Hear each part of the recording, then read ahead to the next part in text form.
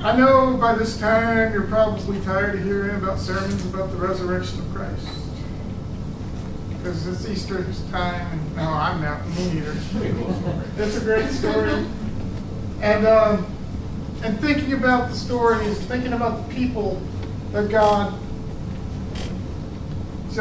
that Jesus saw and he interacted with the day of and the days after his resurrection.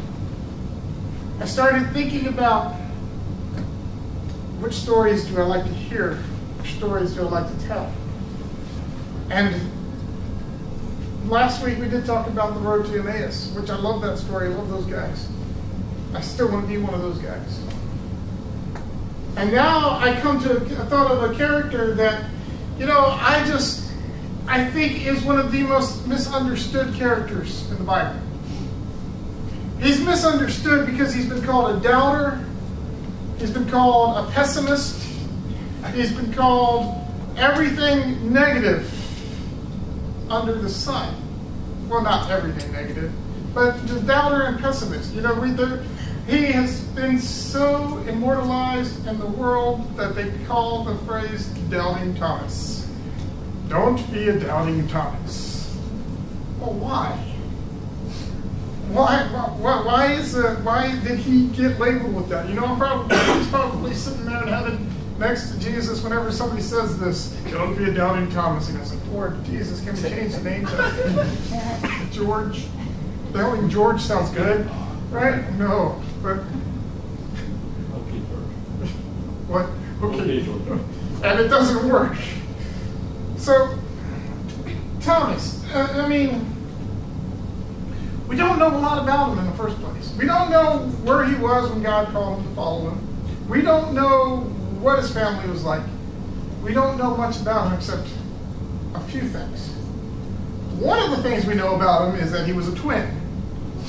Because every time you read his name, it was Thomas, who was called the twin.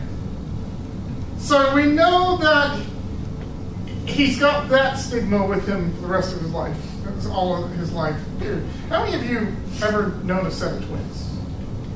All right, so twins are weird people. Or twins are weird person. They have the old life. Depending on which set of twins you know. Some of them are so close that you don't know who you're talking to because they are so alike. And they look alike. You're sitting there for 20 minutes just trying to figure out who am I talking to? And 30 minutes later, now which one of those was I talking to so when I see them again, I don't embarrass myself by telling the same. Hey, remember that? No. Oh. And I think twins have fun with you too. Especially when they know that you don't know which one you're talking to. I've seen this.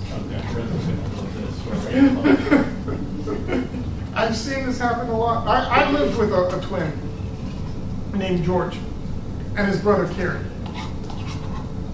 I only lived with one of them, but I think I lived with both of them.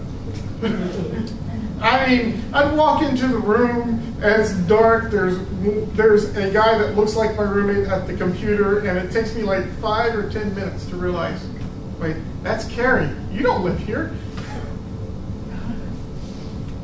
But and just, I think I was one of the few people in North Greenville to be able to tell them apart and figure who they are. So, I can't imagine having a twin. I can't imagine what that's like. I can't imagine your entire identity wrapped up not just as yourself, but as you and your brother, or you and your sister. The two of you. Everywhere you go, you went together. When you were babies, your mama dressed you alike, because, whatever. They come cheaper in twos. Yeah. Or the only difference is, like, Bob wore blue and Rob wore red, just so you could tell them apart. And if you ever dressed Rob up in blue, he's now Bob. And I'd be worried that maybe you changed my name and I didn't know, And then the whole funny thing of, naming your kids similar names. Like, I knew a Latrina and a Katrina. I called them both Trina whenever I saw them. And then there was a Calvin and a Kelvin in my life. And I'm like, what? Did you do that to make it easier on yourself, Mom? And then I heard about the twins Lamangelo and Orangelo, spelled lemon jello and orange jello. True story. I've heard that in many different places. It might be an urban legend, but I'm pretty sure. My cousins are Chloe and Joey. Chloe and Joey. Yeah. Wow. The first name's Justin, the last name's Justin. My youth minister, his name was Ronald, and his brother was Donald. They had younger siblings, Jim and Kim. So I'm like, whatever. Whatever. So we have Thomas, who we know that he is a twin. And he's a weird person because he's probably a weird person because he lived his life identified with his other brother. I don't know what they called him. Twin two? I don't know. But since he's following Jesus, since we started following Jesus, we don't hear about Thomas and his brother, whoever. So we know that Thomas deviated from his twin somewhere, and he's not with them anymore. They're not hanging out. They're not buds. They're separated. And Thomas has devoted his life to following after Jesus. And we're going to look at what else can we find out about Thomas just by the few times that he's mentioned. He's only mentioned 4 times in the Gospels. And all 4 of those times are found in the Gospel of John. 2 times before and 1 time after this section right here. I look at Thomas and I don't see a doubter. I see a man on a mission. A man of action. A man who does things. And I'll show you where I see that and how I get that out of here. Let's see what the scripture reveals. The first thing we realize, we find out about Thomas that this reveals is that Thomas was not with the 12 when Jesus first appeared to him. Why? That's the ultimate question. Where was Thomas? What was he doing? Where was he in the midst of this whole resurrection story, tale? Where did he go? Did he just vanish off the face of the planet? What happened? Well, one thing I can tell, one thing that I realized that one thing that I can pull out the fact that he wasn't with them is A, he was not hiding with the other 12. He was not scared with the other 12 where he was not with the safe people. He didn't hold himself up in the room while the other disciples were all like, oh my goodness. When it says they were locked for fear, they had their doors locked for fear of the Jews. The 12 disciples, the 11 apostles, we're down to 10 now because one died and the other one's missing. You know, these 10 guys and all the other people that were with them.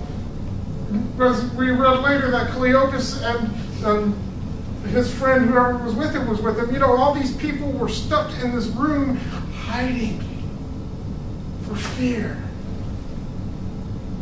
Am I saying Thomas wasn't afraid? No. All I'm saying is Thomas wasn't with him. There are people who believe that Thomas was off hiding somewhere else by himself.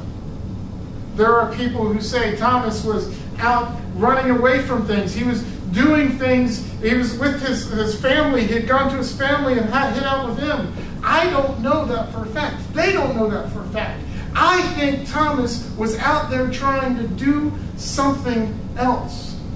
He had sold himself to this whole theory, to this ministry. He had bought into this dream of Jesus Christ. He had bought into this ministry. He bought into the plan. How do I know this? Well, let's go back to the first time we see him. John chapter 11. We know the premise of John chapter 11 is Lazarus, man who died, right? The man, Jesus' best friend Lazarus, was sick. And he got a message, and Jesus says, I'll go later. That's saying, thanks, he's sick. All right, we'll go. 4 days later, he just kind of dilly-dallied around. And they're like, Jesus, are you going to go? Jesus is like, well, yeah, I'm going to go. Well, he's dead. Lazarus is dead, and now we're going to go see him.